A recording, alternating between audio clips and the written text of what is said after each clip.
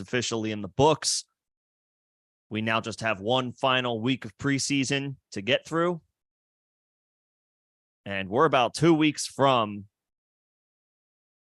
Chiefs-Lions, a little bit more than 2 weeks from Chiefs-Lions. We're close. The season is close. And that means that there are a lot more storylines that are developing. People are also much closer to probably firing off their best ball, or excuse me, their redraft drafts. I'm so in best ball mode, and we will be doing a best ball today. I will be firing off a best ball mania here shortly. But a couple of things to talk about today.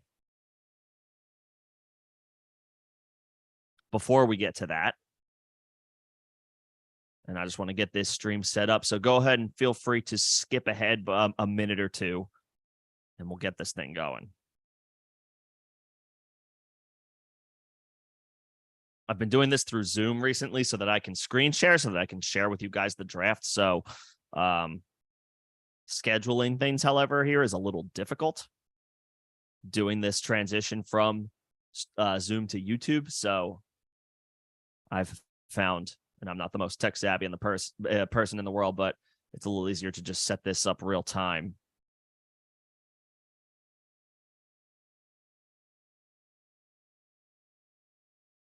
And it's a little clunky, but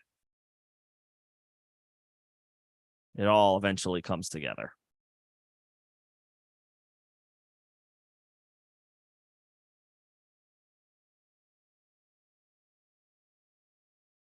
The big news, of course, is running back Jonathan Taylor. A few weeks ago, he officially requested a trade from the Colts. The Colts, as of this past weekend, have granted him permission to seek a trade. We're going to talk about that quite a bit. Because while there should be and will be plenty of teams who are in on Jonathan Taylor and will be interested in his services 100% for the 2023 season and potentially beyond, the Colts predictably are making things difficult with their demands. They don't want to pay Jonathan Taylor what he's worth, but they do want to ask for that in return from a team potentially trying to acquire him. It's truly big brain stuff.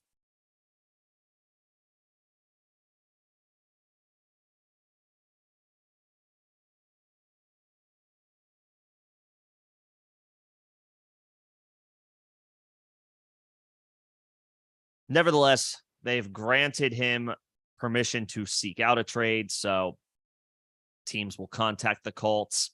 They're not going to offer, if they want market value in return for Jonathan Taylor, even though they are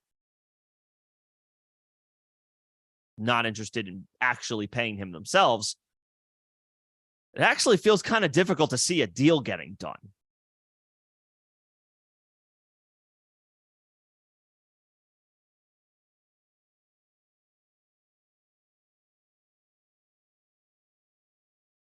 Should be good to go.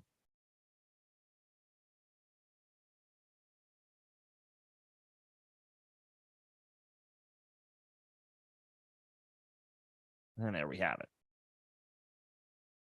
All right, we are up. Let me just get my Discord friends a link.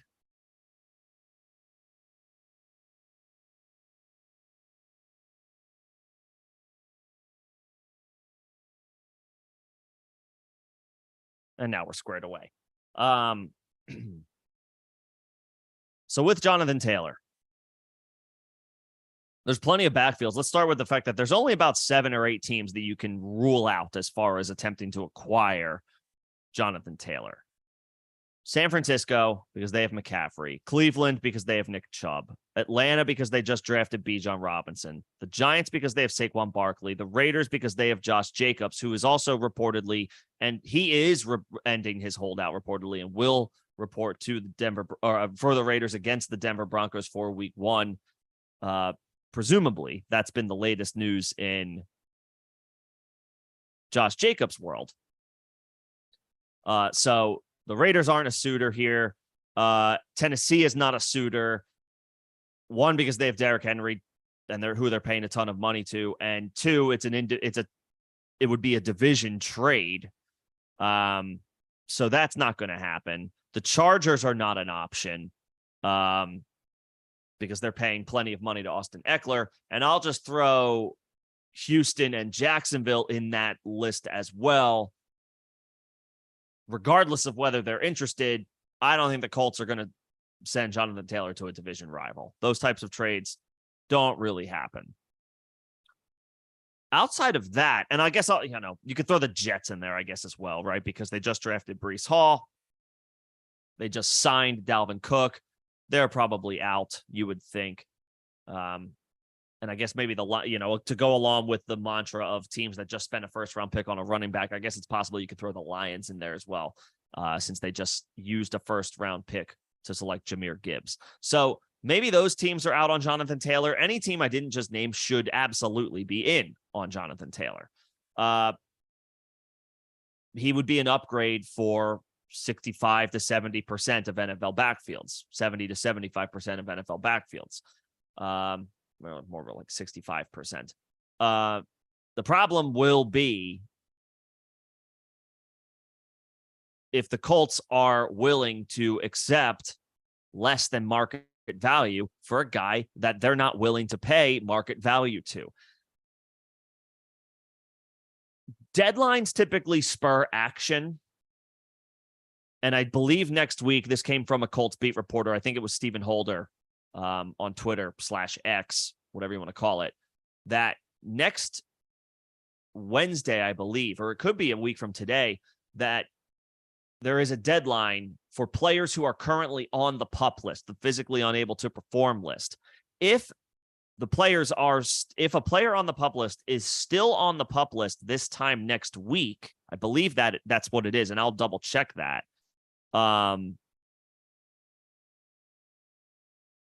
Jonathan Taylor will be forced to miss.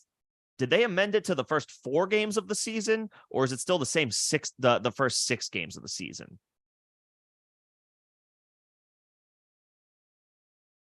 For 4 games. Okay. That was amended from, I think, a couple of years ago. It used to be you had to miss the first 6 games if you were on the PUP list. Now it's the first 4. So if Jonathan Taylor is still on the PUP list next week, he's going to have to miss the first 4 games of the season by rule.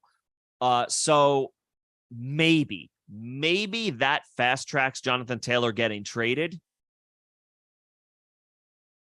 between now and next week. If it doesn't happen within the next week, I think the odds are, for better or worse, however we feel about it, however the Colts feel about it, however Jonathan Taylor feels about it, if he's still on the PUP list this time next week and a trade has not been completed by that point, he's going to probably be a Colt for at least at least well into the season, the first month of the season, which I guess is still not necessarily a death knell for Jonathan Taylor's season, because he could still get traded mid-season if a contending team suffers an injury to a running back and they feel they have to make a move, which is certainly something that can play out. But that's still going to make it difficult to predict and project anything fantasy-wise with Jonathan Taylor. Other than, are you willing to spend a late 3rd pick on a guy who, again, if he's on the PUP list this time next week, will miss the first 4 weeks of the season, and at that point, we're just begging, hoping for a trade to go down. That's a tough pill to swallow if you're considering Jonathan Taylor, and he might even fall to the 4th round at this point.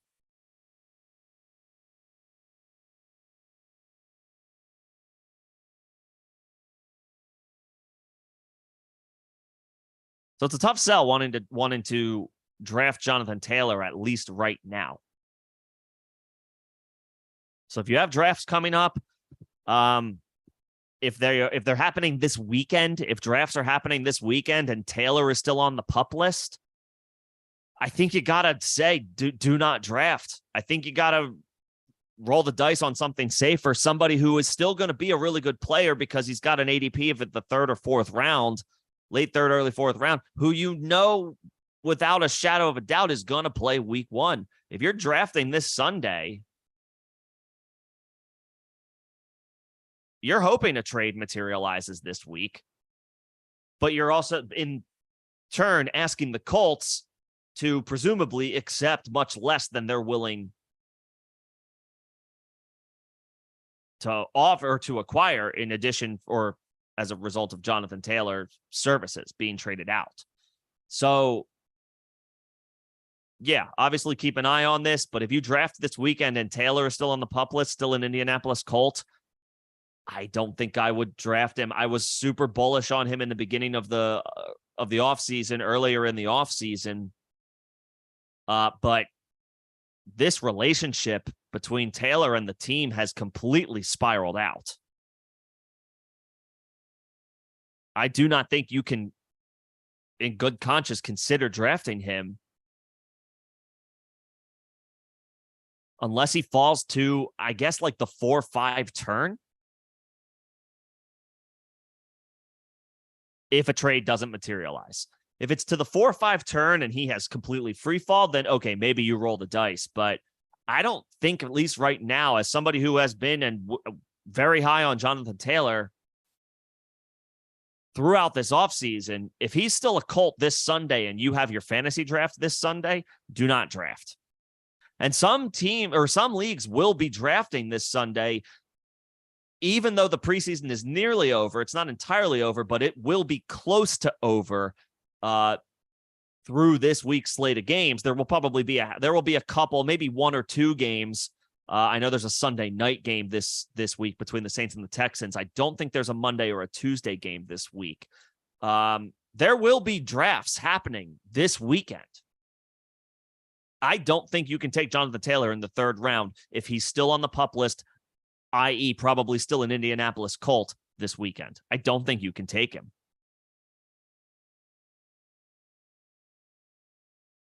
So if anybody has other questions about Jonathan Taylor, I'm happy to talk shop on them. Try to figure out if you're between different ideas or different players and Taylor is in that mix. We can go over it. But I would say as of right now, you can only draft Jonathan Taylor if you're drafting this weekend if a trade goes down. If he's still on the pup list, you cannot risk him in the 3rd round. You can risk him at the 4-5 turn, but somebody will probably take a shot on him by then.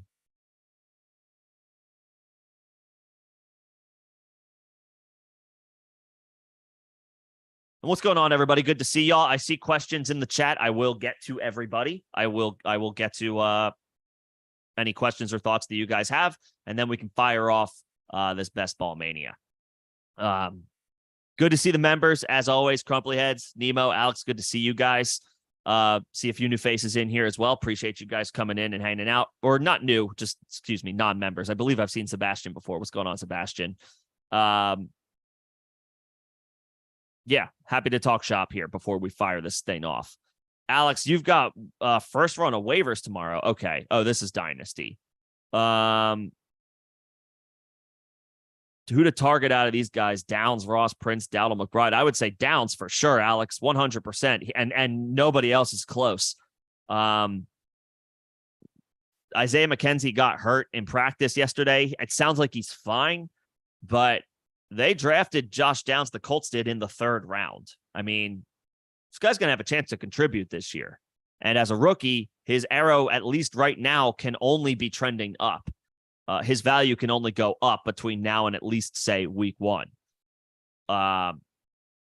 Downs and then Dowdle, because it looks like he could be the Cowboys' RB2, assuming no other transactions take place, which they could. The Cowboys could still bring in a running back, but see, that's why I prefer Downs. The Cowboys could still bring in a running back. The Colts aren't going to bring in a wide receiver that threatens Downs' potential for playing time over the course of the rest of this season in general. Downs and then Dowdle. I guess McBride 3rd, but honestly, those other 3 names I'm not too concerned about. Downs and then Dowdle.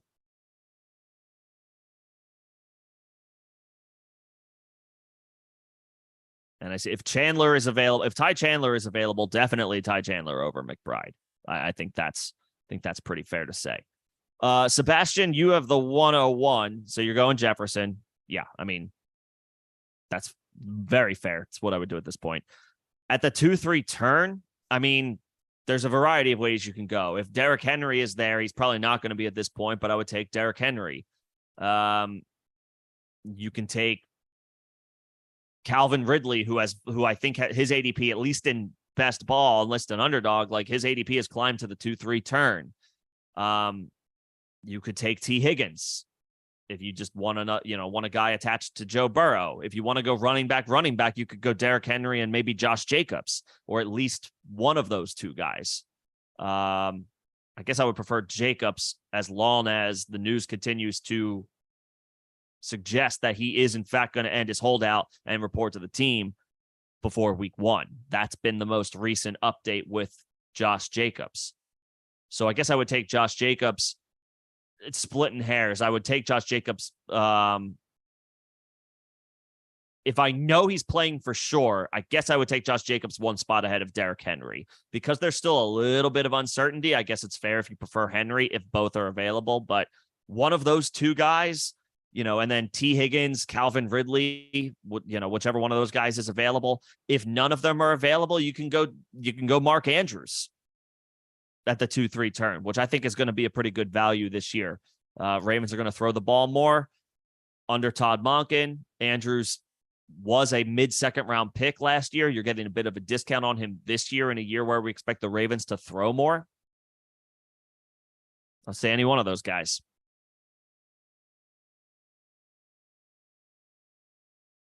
And Rock Out, what's going on? Good to see it.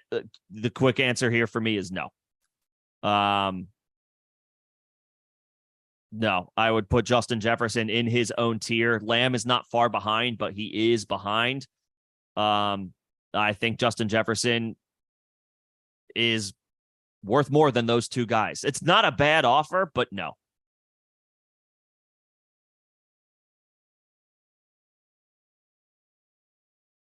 No. If I'm trading Justin Jefferson, I need Lamb and I don't know, somebody I believe in a little bit more than Najee Harris. Like a Derrick Henry. And you can ask for that. Justin Jefferson is the consensus 101. Like, if you want the best player, you need to give me two awesome players.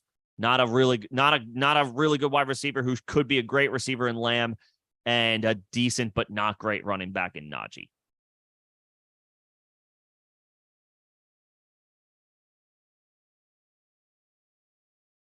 So, all right. Thoughts about Jonathan Taylor in the books. Thoughts about people have different draft questions. Happy to continue to take those. I am going to fire off this best ball draft, however. So I'm going to do this real time. You guys can continue to ask questions. I will address them as I can. So please be patient. Your question might get answered in the draft.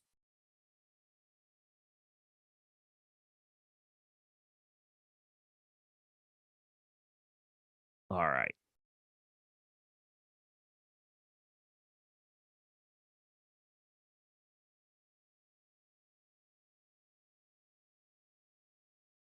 Okay.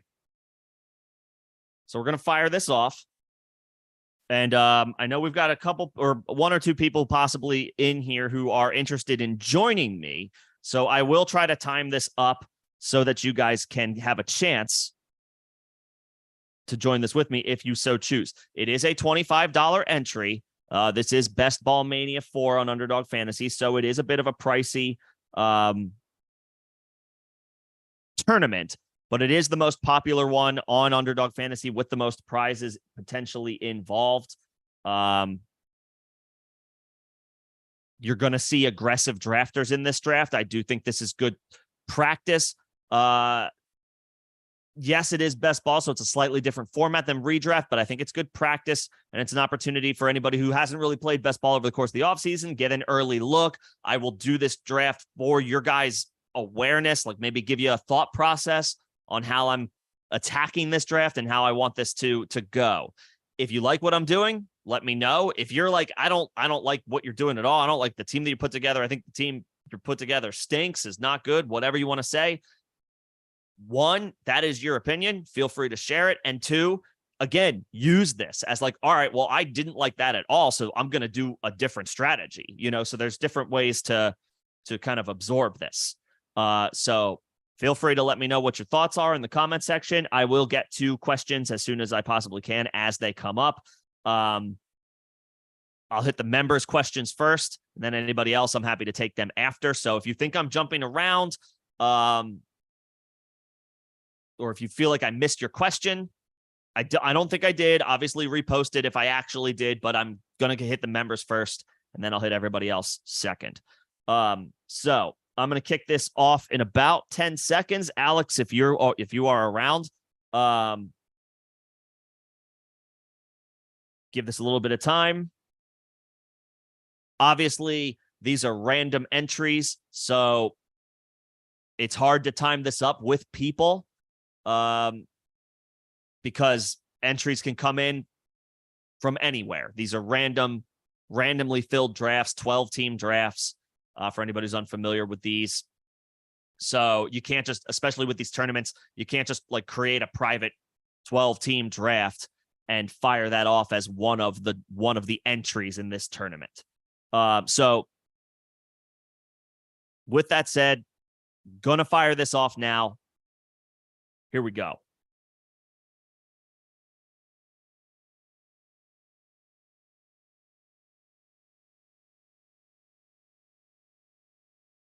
And we'll see what happens here. There's three entries left, so we're just waiting for that to fill. I thought I had dark mode on for this. I'm not sure why I don't.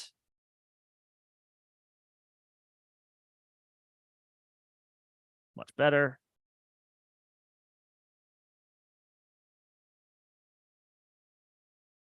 All right, one person for this to fill, and we are off and running, and it looks like it is about to kick off. I also don't know my pick. There we go. All right. Whoa, Alex and I are back to back. I have the 7th pick. Alex has the 8th pick, so we might be sniping each other a little bit over the course of this draft. Nice. Glad that we were able to make this happen. Should be fun. Should be a good time. I am team 7. Alex is team 8. Feel free to critique either one of our teams one way or another, however you see fit. While this is kicking off, I can take a couple of the questions. Cameron, Chase over Jefferson. It was for me before the Joe Burrow injury, and while I'm not too worried about Joe Burrow in general, it did flip-flop it for me. We're splitting hairs between those two guys, but I'm just going to take the safest dude who will command unquestionably the most targets every week in that offense, whereas it's not inconceivable that while Chase is great, that could be T. Higgins some weeks for Cincinnati. Splitting hairs, you could do whatever you want. It's not really either guy is not wrong, but for me, I'm just going to go chalk and just take Justin Jefferson.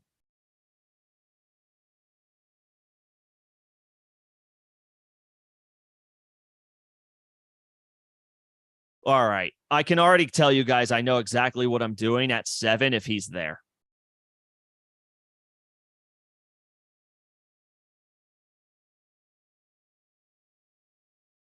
I'm just going to go ahead and cue him now. I am going to take Bijan. I have taken a lot of Kelsey. I've taken a lot of shares of Travis Kelsey. I understand if you want to take him first. I think Bijan Robinson is a slam dunk top 5 running back this year. They spent a 1st-round pick on him, 8th overall. He's one of the best prospects, specifically at running back, but in general, this draft and in recent years at running back, he's the best prospect since Saquon. Atlanta wants to run the football. They've proved that last year. I don't think they drafted Bijan Robinson not to give him 300 touches this season, 300 plus touches right away. He's going to get a huge workload in an offense that does run the ball well. I think it's an excellent match. I think Robinson's going to get fed this year. There's no NFL tread on his tires. I think he's a lock for top 5 upside. I think he's an incredibly safe pick. And I think, like Saquon Barkley, his rookie year, he can finish as the RB3 overall or better.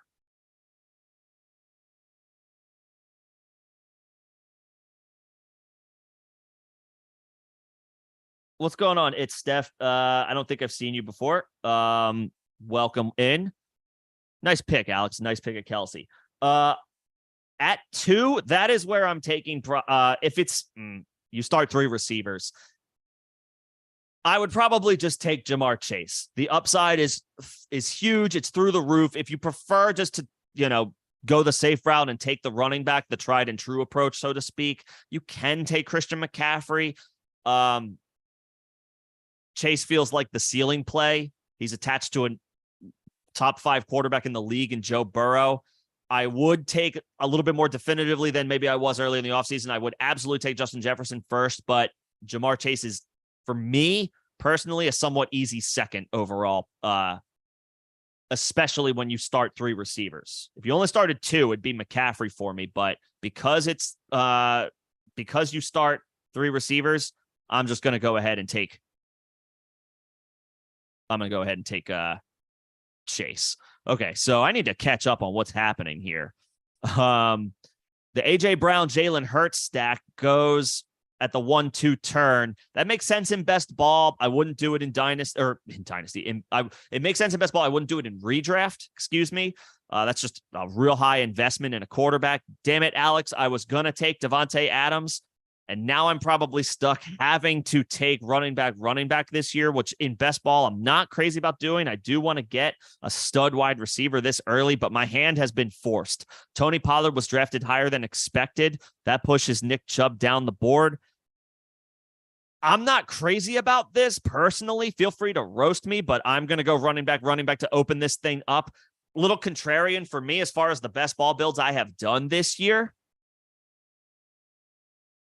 But I just got Nick Chubb, who has become a consensus first-round pick. His ADP is 12. To get him at 18, that's a value I just got to go down you just got to take it. You have to take it. At some point, you take the value, whether you look at your team and go, I don't even know if that makes sense for me or not. But sometimes you just do it. So yeah, Steph, I would take Jamar Chase at 2. Especially since you start 3 receivers.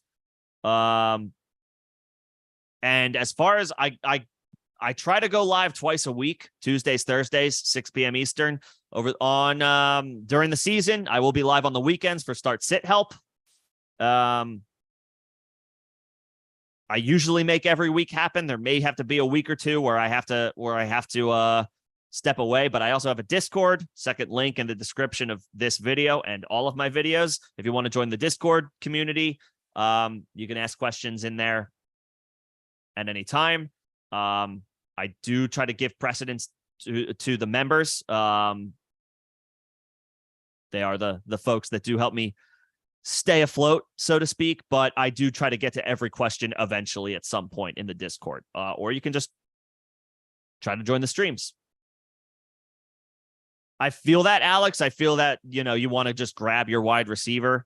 And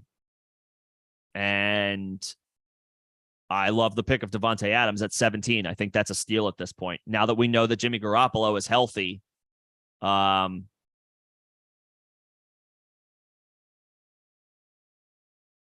Adams in the second round is a steal. This is interesting. Okay. I like Amari Cooper, but I already have Nick Chubb. I don't know if I want to go all in on the Browns.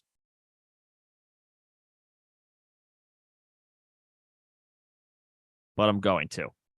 Oh, no, that just autoed. That just bounced for me. Ah, shit. I didn't want DK Metcalf. I took too long. That's on me. That's my fault. Although, I mean, I was going to say, if Jackson Smith-Njigba potentially has early season issues from this surgery he just had on his wrist, I guess that makes DK a little bit more valuable. the week to week thing with DK is, he'll dominate, and he looks like a dude where you just look at a guy like with his physicality and it's just like, how does this guy not dominate every single week? But he doesn't. It's not every single week. He has his clunkers in there. I wanted to go Amari Cooper. So, Alex, I graciously left him for you. You're so welcome. All right. Y'all can roast me for that one. I'm not. I mean, some of y'all probably like DK perfectly fine and are happy to draft him at that spot.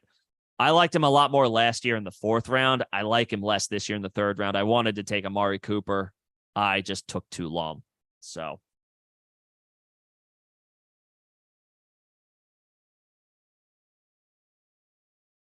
that's just me. That's just me taking too long. Crumply heads, appreciate it, man.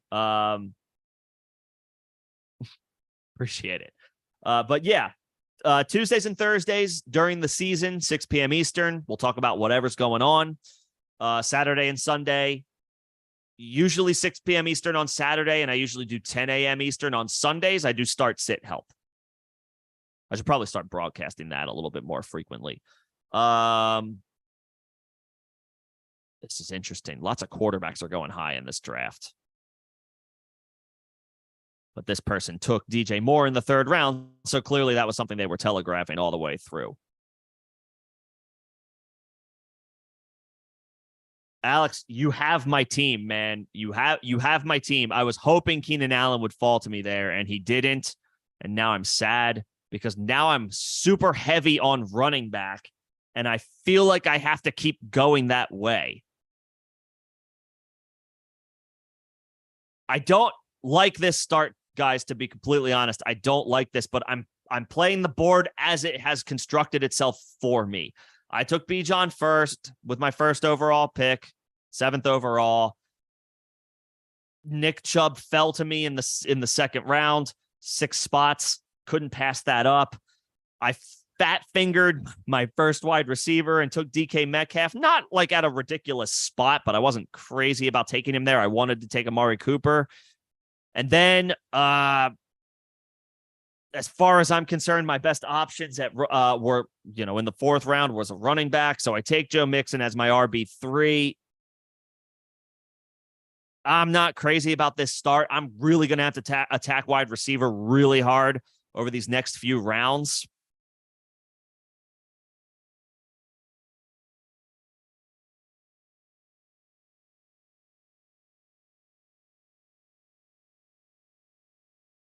And hopefully bring this back a little bit. Not crazy about it. If y'all like anybody at any specific spot, shout it out. But I absolutely need wide receivers now. I'm set at running back. In best ball, this is different from redraft. In redraft, you can work the waivers. Depth is crucial, especially at running back. You want to have a lot of different guys to potentially rely on because it's such a volatile position. In best ball, you're playing for your ceiling. You're playing for the absolute ceiling in these tournaments because playing it safe when there's 600,000 entries is not going to get it done. I probably, for better or worse, need to not draft more than one running back out of, 18 roster spots the rest of this draft because I've invested so heavily in a spot. There's only 2 starting running back spots. There is a flex spot, right? So you could conceivably start 3 running backs regularly, but there are 3 bona fide wide receiver spots that you have to start. You have to start 3 receivers every week. So wide receiver is crucial for me right now and something I have to attack. So I'll take Brandon Ayuk here. I'll take Christian Kirk here. I'll take Deontay Johnson here. And there's a couple more names down here that I can make sure I go after. It's all about balance. If I can get Ayuk, he's mine. If I can get Ayuk, he's mine. I'm actually going to go Deontay Johnson if he's not there, and I will explain why, depending on what happens. But I will go Ayuk regardless if he's there for me. He's not. I'm going to go Deontay Johnson. Here's why. Another trend that you want to stay on top of in best ball are week 17 matchups, championship week matchups. It's not a stack per se. to go players on the opposite teams in those matchups, but it makes sense from a correlation perspective. I already have him queued, but it doesn't matter. I'm going to draft Deontay Johnson, which I love in the 5th round regardless anyway. But Seattle plays Pittsburgh week 17. I have Seattle's wide receiver 1. Now I have Pittsburgh's wide receiver 1. Those two should feed off of each other in that matchup, creating a direct correlation that can boost your team's performance in the week that matters the most, championship week, when you're playing for all the marbles. I did want Ayuk there. He got scooped.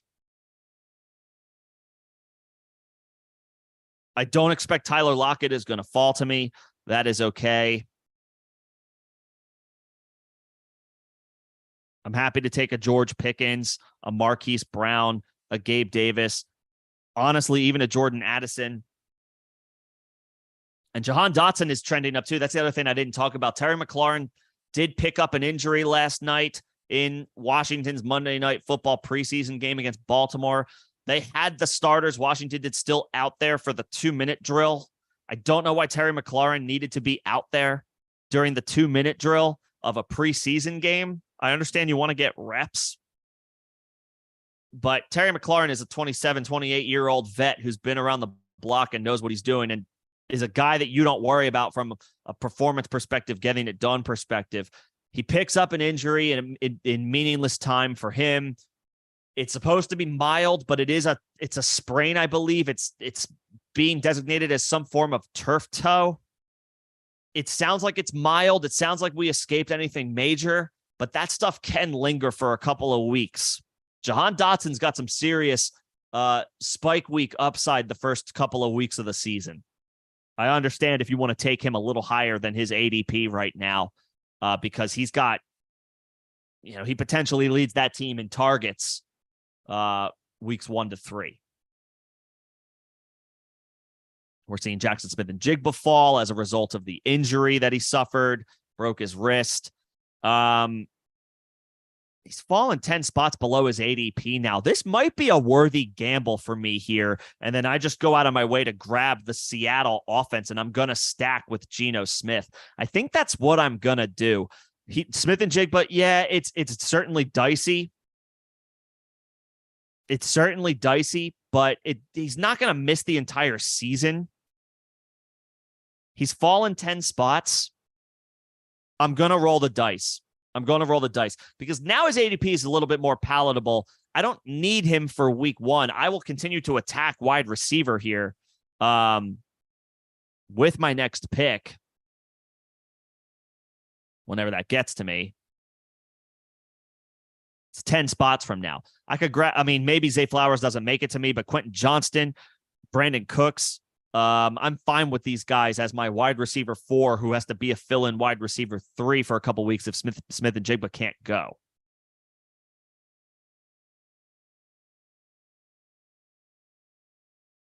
Like 10 spots, I know he's probably now Smith and Jigba is looking dicey for week 1, but a broken wrist is not going to keep him out for the entire season. It might mess things up for a little while. It might mess Smith and Jigba up for like a month or so. It might get him off track for a little while, which is obviously something you don't want to see. But 10 spots below his ADP. It's a long season. You expect him back at some point. You expect him back at full health. Let's just say a couple months from now. That's when you're going to feel good. Ideally, theoretically, taking the risk on a guy 10 spots below his ADP, who does have plenty of upside. Getting Jahan Dotson at 72, considering last night's events, feels like a pretty good turn of events for that person. 5 picks away. I'm not going to hold my breath that Michael Pittman is available here. I'll happily take him if that's the case. I'm also not going to hold my breath that Zay Flowers is here. There goes Pittman. I assume one of these next 2 folks is going to take Zay Flowers. Especially this person only has 2 receivers, so it certainly feels conceivable. There are some good running backs falling into that range as well. Here's another guy I could really, who I could, should I go all in on the Falcons offense? I think I'm not going to.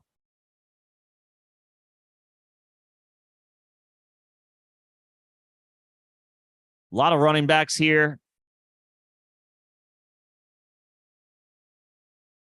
Alex did it right. Went 0 RB. Now there's plenty of RBs available, worthy of being taken. I don't want another rookie here, since I have Smith and Jigba, who will be behind the 8-ball. And while I like Quentin Johnston a lot, I am going to go back to a bit of an old reliable type of wide receiver with Brandon Cooks, reaching a little bit, but Brandon Cooks is a great best ball play. You don't have to predict his spike weeks. You don't have to predict his bad weeks. If he goes off, that's huge for best ball. If he doesn't, you're going to have 6 or 7 other options that you can rely on.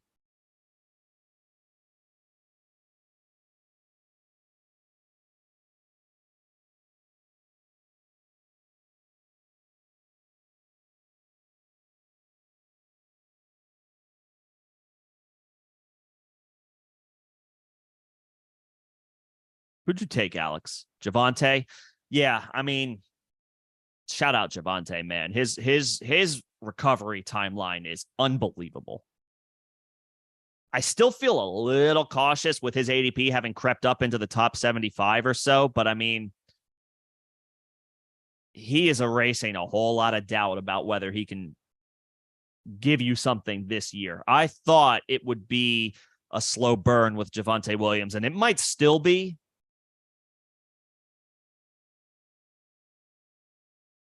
But if he's on the fast track to recovery in a way that I don't think a lot of people saw coming, when you consider the severity and significance of his injury last year in a Sean Payton-led offense that notoriously cranks out big-time performances from the backfield each year.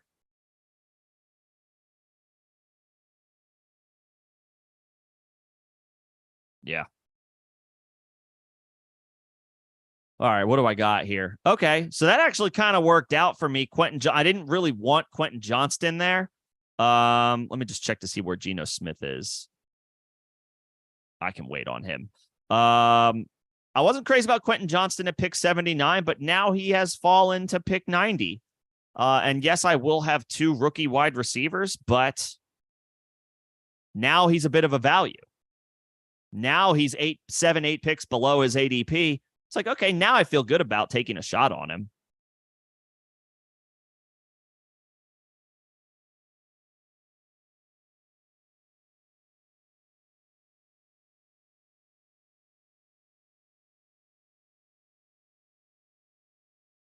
Checo 91, Rachaad White at 89. Alex, I think your draft is my favorite so far, to be completely honest with you. I gave you Kelsey at 8. Devontae Adams falls to you at 17. At this point, knowing that Jimmy Garoppolo is going to play this year, that's a value and a half. You got the guy that I actually wanted in Amari Cooper. Keenan Allen fell to 41. I mean, I'm okay with Chris Godwin at 56. I think he's going to be just fine with Baker Mayfield. The ceiling is lower for sure. That offense is not going to be in scoring position as frequently as it was when Tom Brady was calling the shots. But I mean, counterpoint, it's Chris freaking Godwin, and he's just really good.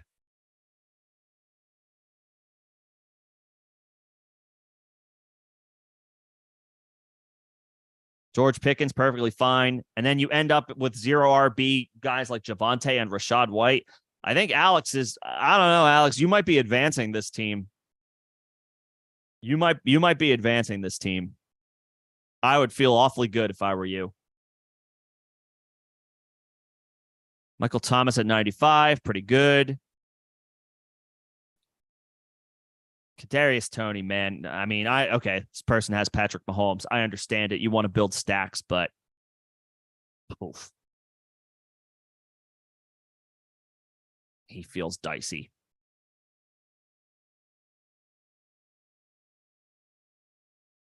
There's a lot of different directions I can go here. I could take my quarterback. I have Geno Smith.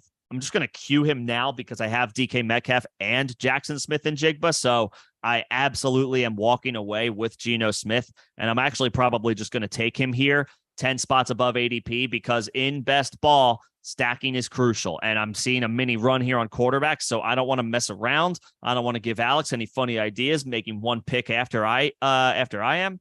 I'm just going to grab Geno Smith now. You want to make sure that you stack your quarterbacks and your wide receivers in these best ball tournaments.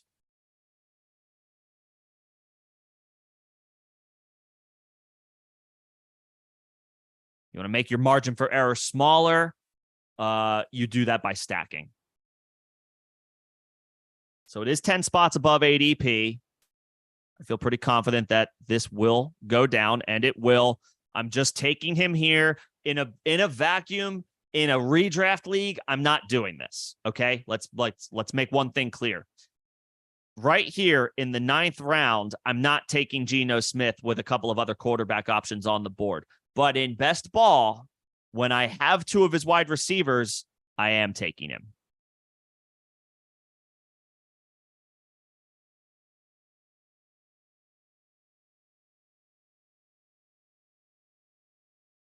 What's going on, Liam? Can the accusations being about me today? What accusations have been thrown against me? What am I guilty of? Other than running awesome best ball manias.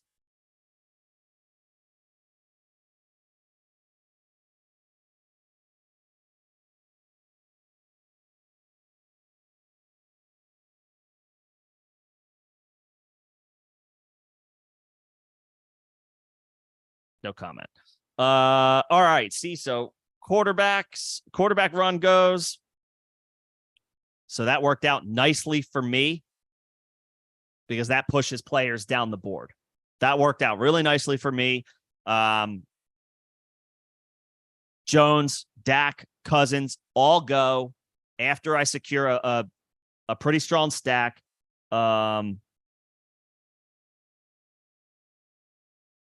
That's going to push multiple players down to me, and I feel pretty good about that.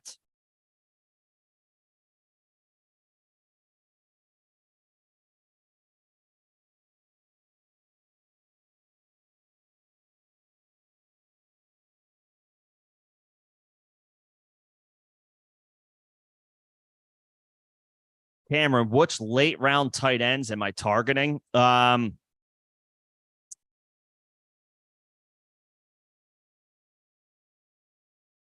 Higbee's a good one. He could theoretically be second on the team in targets. I think Gerald Everett's a good one. Cheapest option in a Justin Herbert-led passing offense, and he was actually pretty good last year on a per-game basis. Chig Okonkwo, he was second in the NFL at the tight end position in yards per route run and efficiency behind Travis Kelce. That's pretty good.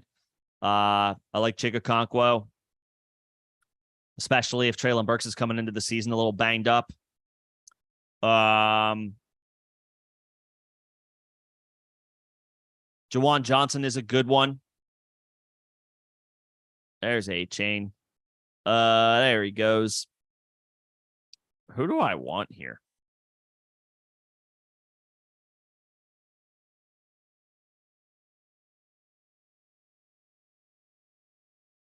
A lot of folks have taken tight ends who are about to go. There's another thing you obviously want to keep an eye on. I'm going to take Odell. Just keep grabbing some wide receivers, especially he's 7 spots below ADP. So I'll take some value at a position where I feel like I need to make sure I fill it out. I see a run of drafters, except for the person here, who have taken at least one tight end. So I'm willing to keep waiting on tight ends, maybe push these guys ADP down a little bit, which continues to push the ADP down of other tight ends. As far as other deep shot options, late round tight end options, the rookies are intriguing. Sam Laporta, Luke Musgrave, their ADPs are starting to climb a good bit, though. So I would caution.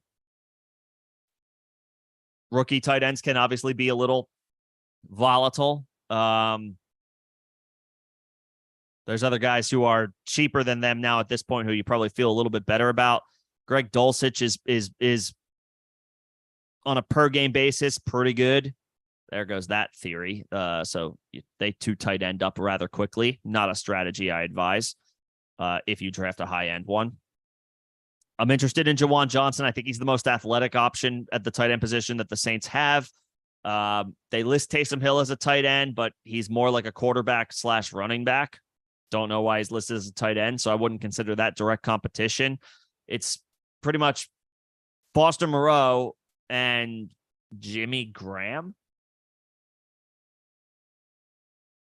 And Foster Moreau is working his way back from a literal cancer diagnosis this year. It sounds like it's in remission and he's going to have a chance to contribute this year, but it might be fair to be patient with him. I mean, Jawan Johnson,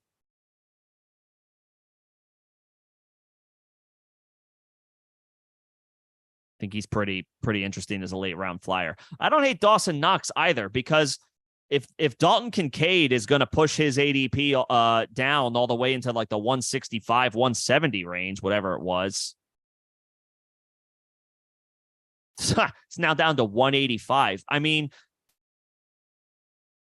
if what plays out, if what we believe is true plays out, and the Bills are going to run a lot of 12 personnel, which means that both Dawson Knox and Dalton Kincaid are on the field.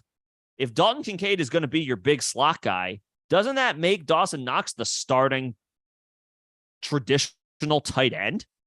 There's plenty of value there with a Josh Allen passing attack, where if Dawson Knox is the fourth option, 185 picks into a draft. I was hoping for Nico Collins there. He didn't get to me.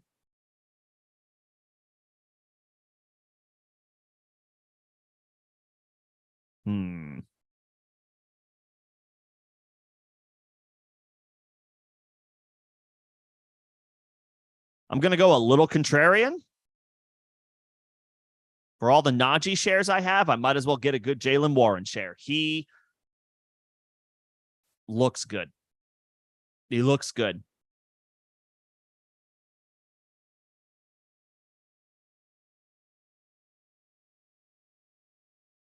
I don't know if Najee Harris is going to be able to hold off Jaylen Warren fully healthy. I don't know if a fully healthy Najee Harris is going to be able to prevent more of a timeshare developing with Jaylen Warren. He is better than recent Steelers backup running backs. He is better than Anthony McFarland. He is better than Benny Snell. I mean, they can't keep him off the field. And I have been a Najee supporter this offseason. They need to play Jaylen Warren.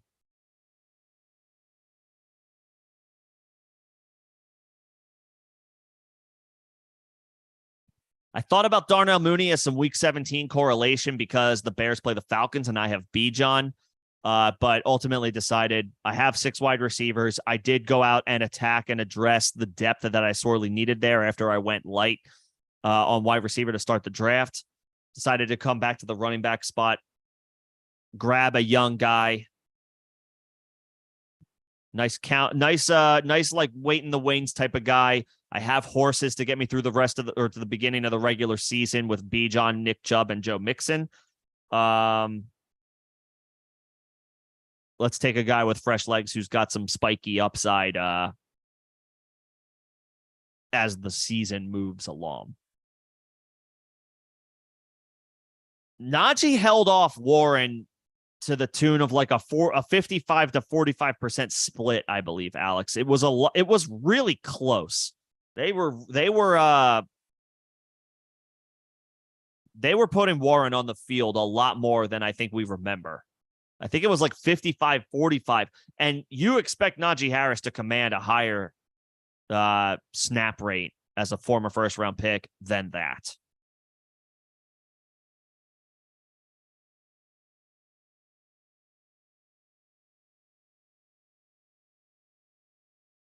I'm going to go a little contrarian here. I'll go Dalton Schultz. I think he was like an 8th, 9th round pick last year. Now I can have him in the 12th round on a team where targets are wide open. Yeah. Yeah, that's exactly what I'm going to do. That's exactly what I'm going to do.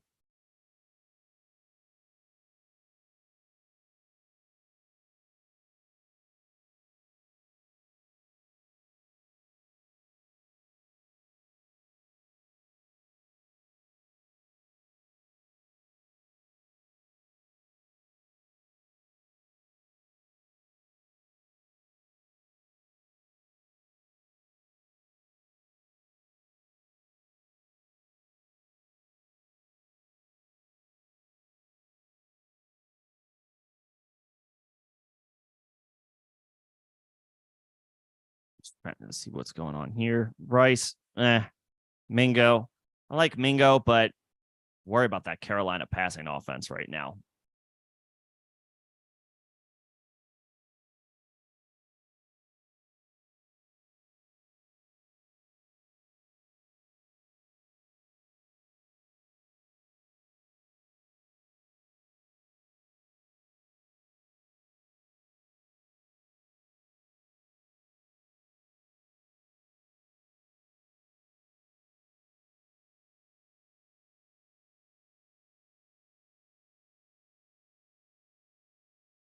So I could get another quarterback here. There's no stacks I have with Saints or well, I was going to say Packers, but Jordan Love just went. I could grab Kenny Pickett and complete a mini Pittsburgh stack and also a week 17 correlation with Seattle. And I think that's what I'm going to do.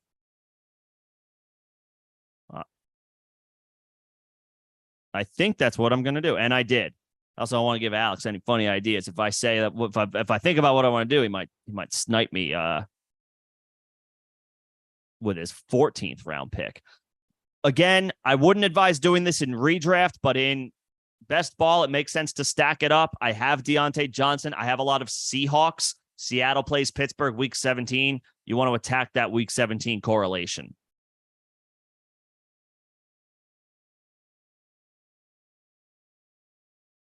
I did pass up on some good wide receiver depth by doing that.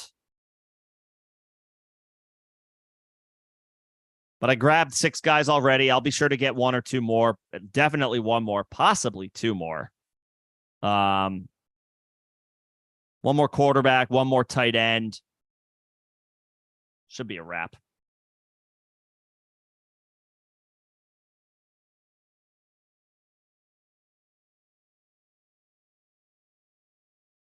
As this winds down, happy to continue to take questions.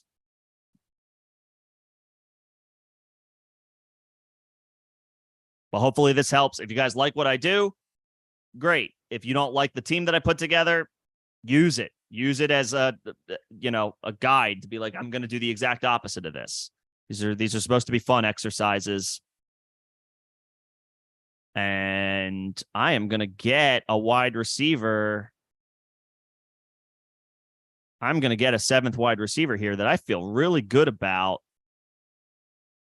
20 spots below ADP, regardless of who it is. I'm going to follow my rule, the week 17 correlation. I have Joe Mixon. I don't have a New York Giant, who I believe are the Rams week 17 opponent, but I do have a Bengal. I might as well get a Chief. I'm going to grab Marquez Valdez-Scantling here for some week 17 correlation. 20 picks below ADP, so I feel just fine about taking a shot on his spike weeks. Targets for Kansas City wide receivers are a complete crapshoot, are completely wide open. So I'll just take the cheapest guy, which I guess that's technically Justin Ross, but Marquez Valdez-Scantling is ahead of Justin Ross on the depth chart. He's probably ahead of everybody on the depth chart not named Kadarius Toney, at least to start the season. And to start the season, that might make him wide receiver 1 if Toney's not ready to suit up against the Lions in a couple weeks.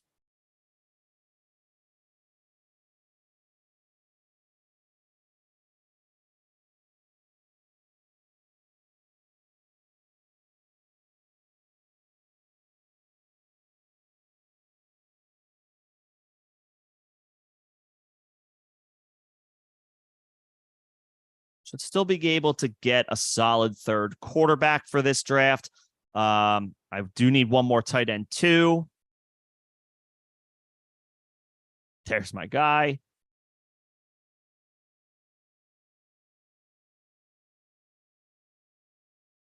There's a few options as deep shot tight ends.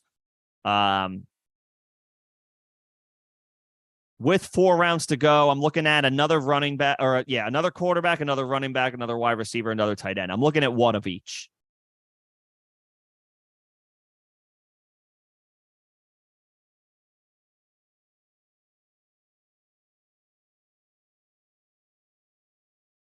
Some good quarterback value developing down here. We'll see if that actually holds.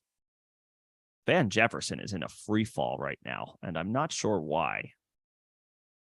Got to imagine one of these teams that has less than 7 receivers would want him at this point.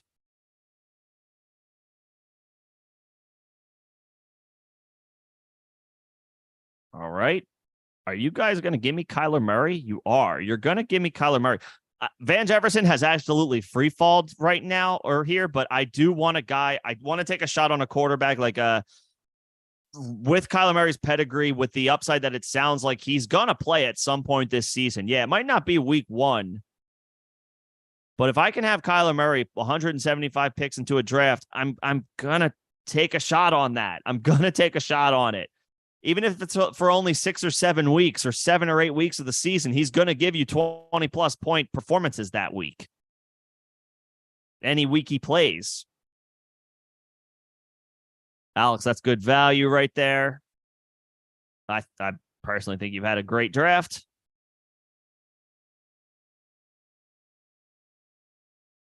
Running back depth's a little volatile, but that's okay. Strong at wide receiver, best tight end in the game. Good options at quarterback, or good option at quarterback. Daniel Jones is good fantasy option for the quarterback spot. Doesn't even have to throw that many touchdowns.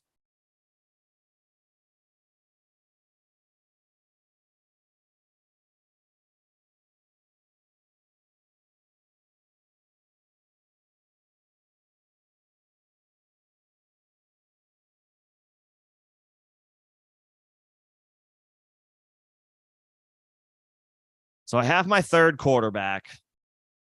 So I'm going to pass on Purdy. I'm going to pass on Howell. I'm going to pass on any deep shot options.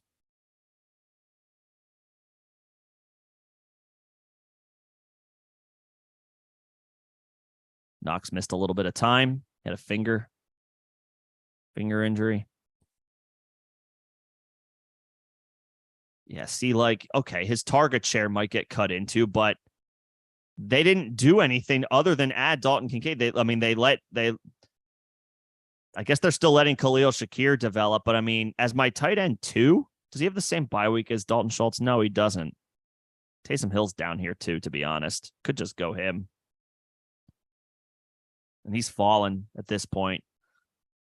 Like I said, he's a quarterback, running back, playing tight end. I'm actually going to pivot and just going to go Taysom Hill. He's a weirdo. He's totally weird. I don't understand him, but he's now 7 picks below ADP, and I'm allowed to play him at a tight end spot, even though he plays quarterback and running back. I'll take the shot. As my tight end 2, I'm not relying on him.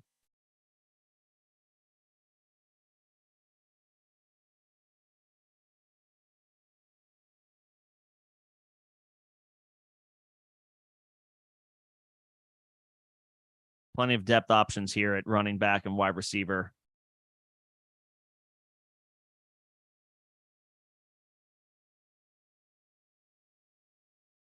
Chandler is interesting.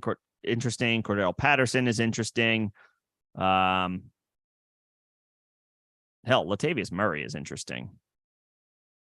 Evan Hull is interesting. If Jonathan Taylor's done playing games for the Indianapolis Colts, Evan Hull is interesting. He may not be very good, but 200 picks into a draft. I mean, why not?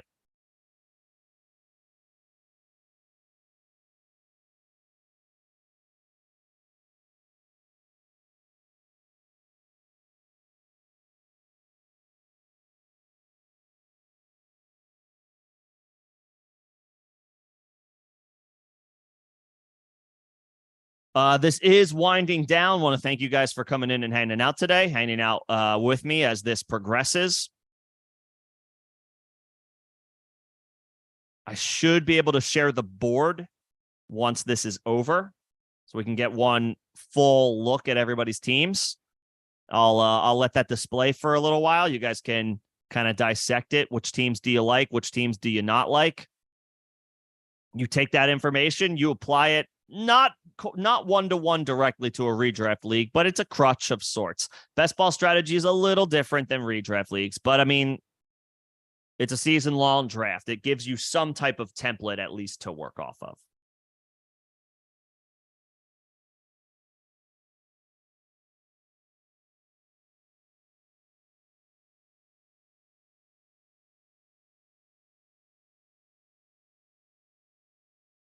Let's see.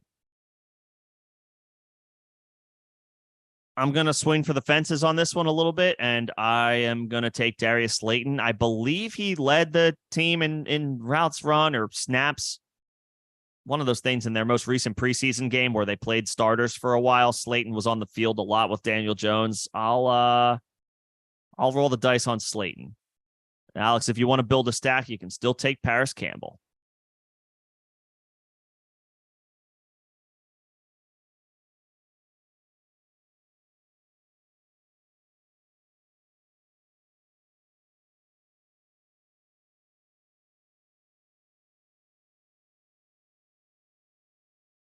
I like Ty Chandler. I like Ty Chandler as a pick. I mean, he is the new Alexander Madison for as far as depth chart goes. So to get him 200 picks into a draft, could the Vikings still add to their backfield? Sure. But if they really wanted to add somebody of note, they would have just kept Dalvin Cook.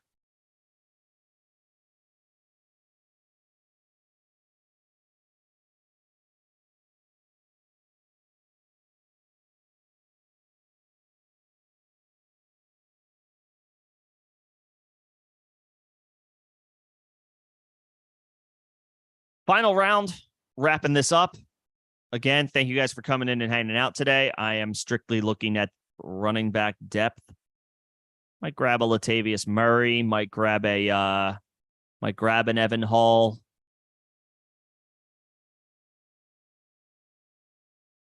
Could even do something I don't think I've done all offseason is take a guy like Chase Edmonds, who isn't great, but there's nothing behind Rashad White in the Bucs backfield. There goes Evan Hall.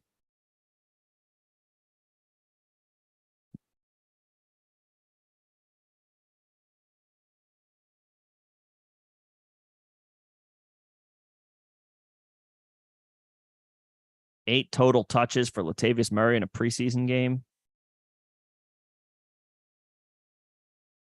Damien Harris a little banged up.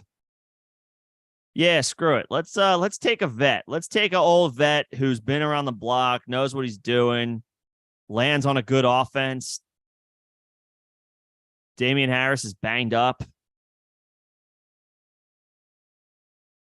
Let's take a Latavius Murray to wrap this up, bring this thing home.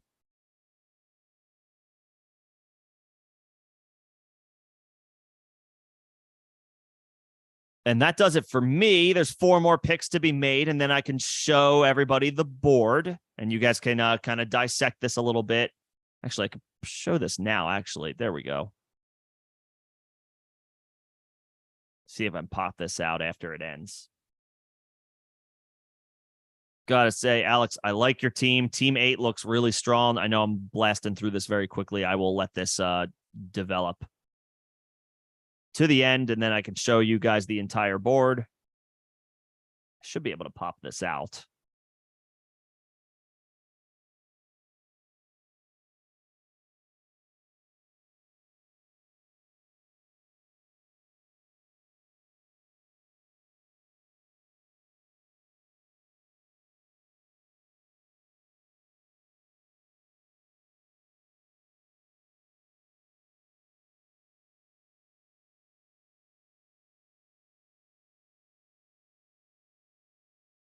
That is a wrap. I don't know if it's going to actually show.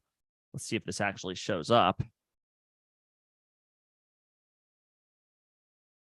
All right, there's the board. I mean, at least I have to scroll, so I can do it through the first 7 rounds, and then I have to scroll.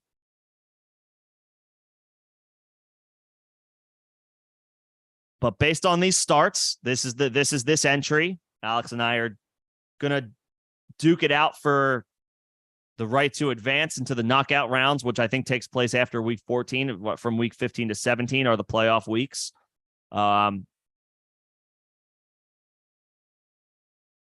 There's the team. I go Bijan Robinson, Nick Chubb, running back. In best ball, I'm not crazy about that strategy, but it played out that way that I felt like I should just take a shot.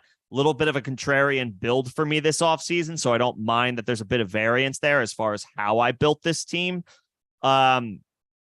Nevertheless, if you start 3 wide receivers anymore, it does make sense to invest early in wide receiver, at least with one of your first 2 picks.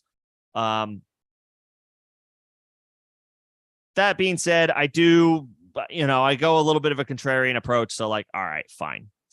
DK Metcalf at 31 was a fat finger. I wanted Amari Cooper, but I didn't move too quickly. So I'm not crazy about that pick. He's a little inconsistent despite being as big time as he is. He can come up small and does come up small a few more weeks than you would expect on a year per year basis. And now he's more expensive this year than he was last year. So I'm not crazy about that pick.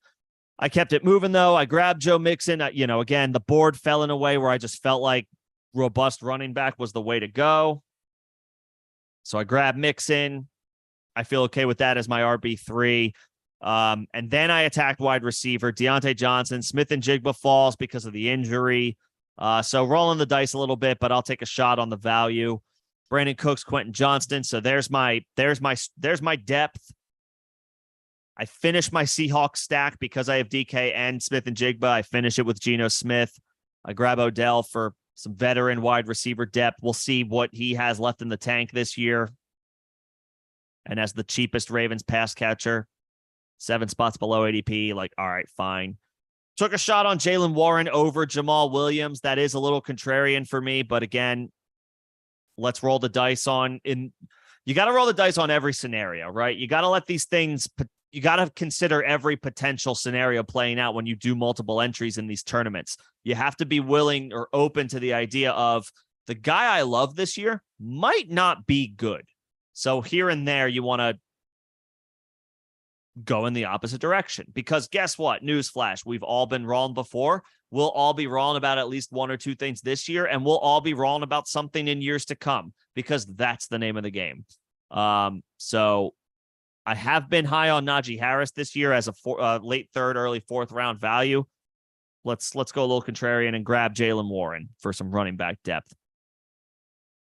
Punted tight end, essentially. Dalton Schultz, 138 picks into a draft. I grabbed Taysom Hill, 50 picks later. I'm not crazy about it, but I'll roll the dice on the guy who 185 picks into a draft is a guy who plays running back and quarterback, but I can start at tight end, whatever. Reached on Kenny Pickett, but that was to complete 2 things. A stack with Deontay Johnson. It's not really a stack with Jaylen Warren, but it's a pseudo stack. And also a week 17 correlation matchup between the Seahawks and the Steelers. Now I have from that matchup, Geno Smith, Kenny Pickett, Deontay Johnson, DK Metcalf, Jackson Smith, and Jigba. If that game turns out to be, 32 to 28, 28 to 24, 30 something to high 20 something, lots of points are scored in that game, which is certainly possible. I will benefit from that direct matchup and having so many players in it. So you're taking a risk, you're rolling the dice a little bit, but also you're playing the potential scenarios that can play out as it pertains to your team specifically. And then just some depth to fill things out. I do like rolling the dice on Kyler Murray this year, especially as far as he's fallen in drafts. Will he play the entire season? Probably not. Well, certainly not, because he's not going to play week 1. Is it possible he's shut down at the time of the fantasy playoffs? Yeah, maybe. It's certainly possible. But if there is a 6 or 7 or 8, 7 to 8, 7 to 9 week stretch where the Cardinals choose to play him, you're going to get a guy who can give you 20 plus point upside for 2 months, 170 picks into a draft. you are going to take that if I can guarantee that to you every single time. So I'll take a chance on the upside there. The other team I really like is is one of my longest standing members and the guy who drafted right after me, which was Alex at pick 8. I love this team, man. I love how it came together for you. I gave you Kelsey at 8. That's a pretty good value. I'm rolling the dice on Bijan at 7. See how that plays out. But you get Kelsey at 8. Great value. Great value with Devontae Adams at 17. I should have taken Amari Cooper, but didn't. So I like your 3rd round pick. Great value getting Keenan Allen at 41. That is a fall for him. Getting him as your wide receiver 3 is great. Chris Godwin, George Pickens just makes a really strong wide receiver core even stronger, especially Godwin. Javonte Williams is a little, I mean, you're starting to see and feel the reason to have optimism about Javonte Williams. His ADP has crept up, no doubt, but the vibes are certainly positive on him right now. If he's able to find his sea legs and get back to form by, like, let's just conservatively say week 4, week 5, week 6, you're going to feel awfully good about having him 80 picks into a draft. Rashad White at 89, great value. Daniel Jones as the, what is he, like the 10th or 11th, maybe 12th quarterback off the board.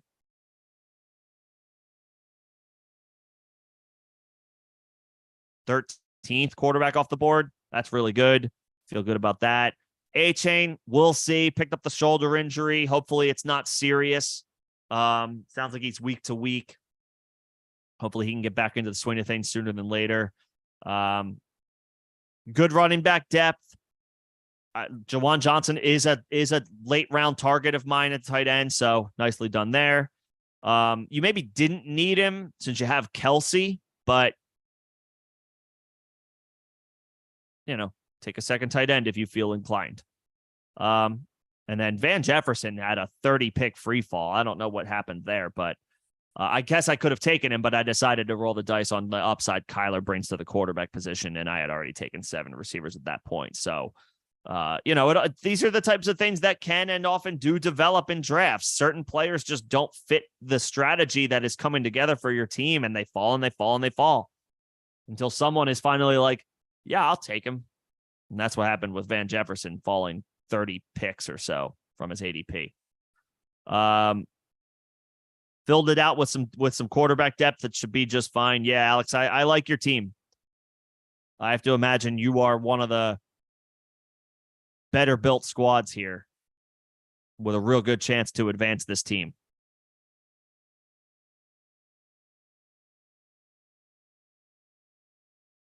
So I'll leave this up for a bit longer. If anybody's got any thoughts or if anybody's got any questions about the draft in general or the latest news and notes from around the NFL. Again, we're only a couple of weeks until kickoff, so the storylines are flying. So happy to talk shop. If not, I can shut this down. Happy to talk or take any questions in the Discord. Second link in the description of this video and all of our videos, all of my videos. You can ask questions over there if you feel so inclined. Sam, I just saw your question about the Chiefs. I mean, the answer is Sky Moore, I guess. I guess it's Sky Moore.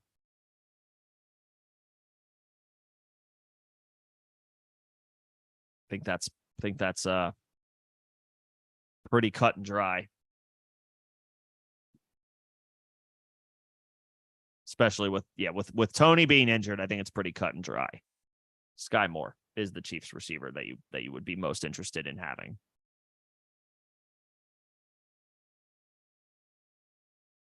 So yeah, good draft. It's fun to do these these builds that are a little different from what I normally put together, but if you're going to take multiple shots at the board, you want to diversify your bonds. You want to diversify your assets. You want to diversify your portfolio. All those financial sayings apply here when it comes to submitting multiple entries to these larger tournaments. You want to take multiple shots at the pie, but you want to diversify on the way to doing that.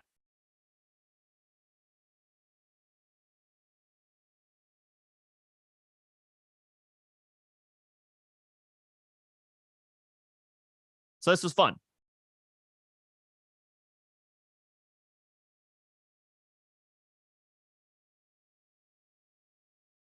Yeah, good draft. Randy, yeah, for me the answer is Justin Jefferson at the 102. If he's there, who went 101? If Justin Jefferson is available in a dynasty startup at the 102, you take, yeah. I mean, Bijan should be excellent for hopefully 6 to 7, 7 to 8 years. Hopefully Bijan is awesome, is that dude. Jefferson should be great for a little bit longer than that. And he's less of a concern from a longevity and durability perspective because he's not a running back. He's a wide receiver. For me, it's Justin Jefferson.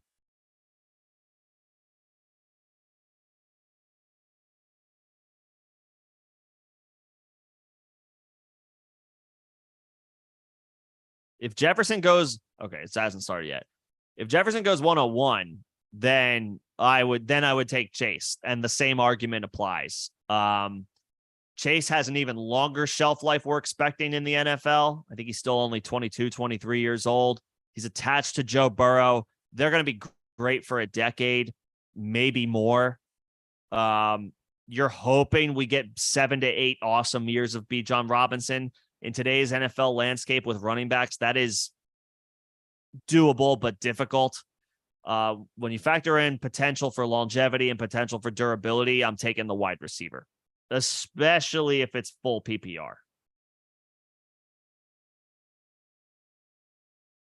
Yeah.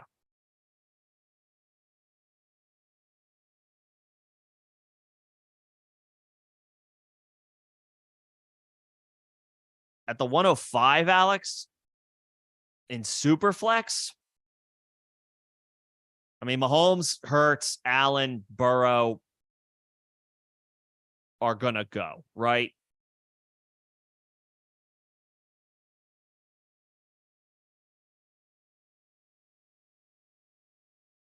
You would think, yeah, like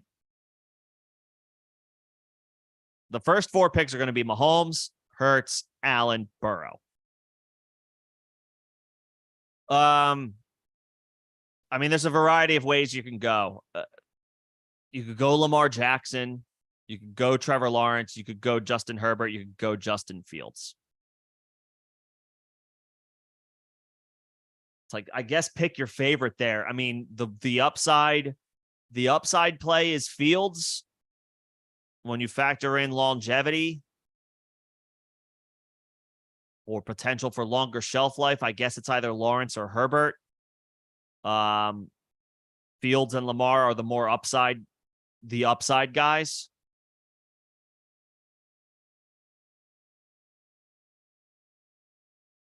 I would be tempted to go Fields, but I feel like maybe if I actually take a step back and think about it, the smart play might be Lamar. He's a former MVP, not only a few years removed from it. He's still young. Got himself a long-term extension with Baltimore. Still a threat to go. Maybe not for 1,000 yards running the ball, but over 800 with more passing volume and a revamped passing offense. Probably go Lamar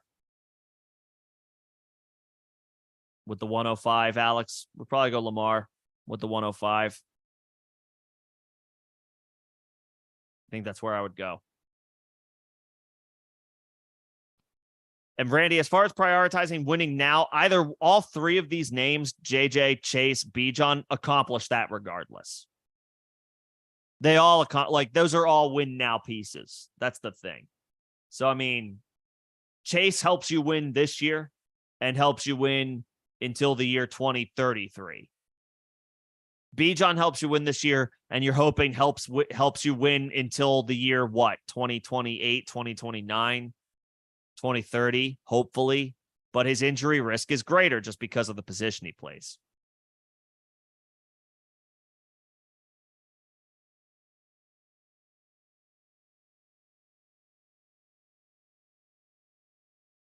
They're all win now plays, but Chase is a win now plus type of play, if that makes sense.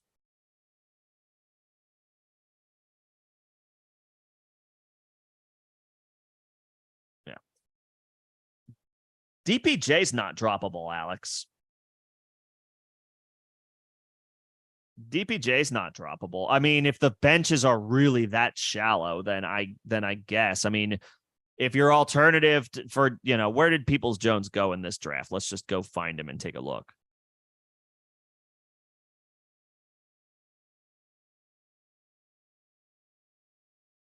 Pick 167.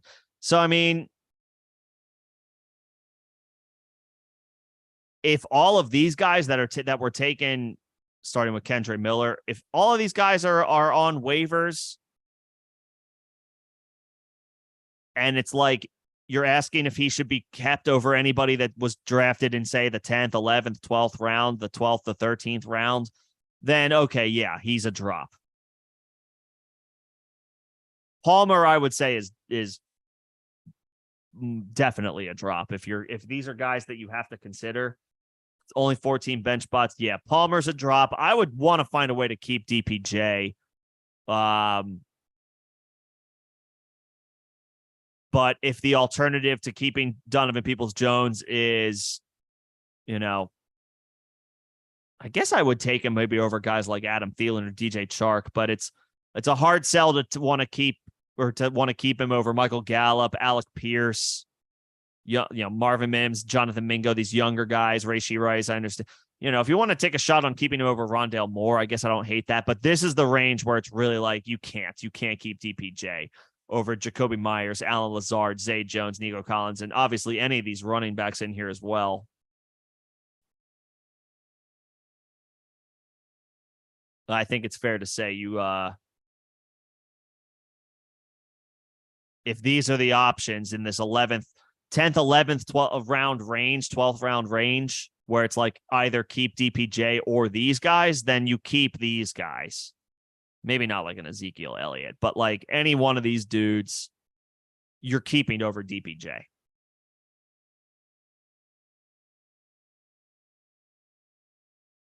The cutoff is like this 13th round, this 12th, 13th round.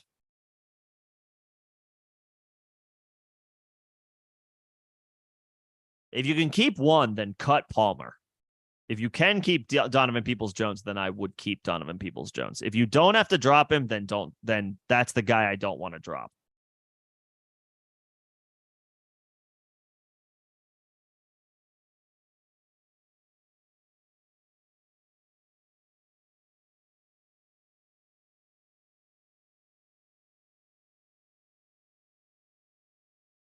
I think that about does it for tonight. If there are any last minute questions in the chat, I am happy to take them. Otherwise, I am available in Discord. If you guys are a part of Discord already, great. If not, second link in the description of this video and all of my videos, if you care to go find that and join. Otherwise, thank you guys again for coming in and hanging out. We'll continue to stream on Thursday, 6 p.m., whatever the comings and goings of the NFL, whatever the latest is. Could possibly fire up another draft. We will see. Might be able to get one of those going again. With the season approaching, want to remind everybody, keep in mind that I will be available for start sit help on Saturdays and Sundays. Saturdays usually 6 p.m. Eastern, Sundays usually 10 a.m. Eastern. Might tinker with those schedules a little bit, but rest assured I will be available on game day and the day prior for some start sit help. So be sure to tune in for that on a week-to-week basis. I do get to every question. You may have to be a little patient. Those chat rooms do often fill up with a few more people. People come in looking for help at the last minute, which is understandable. But I do get to every question with as much analysis as I can possibly provide. So be on the lookout for those with just a couple weeks to go before the season starts.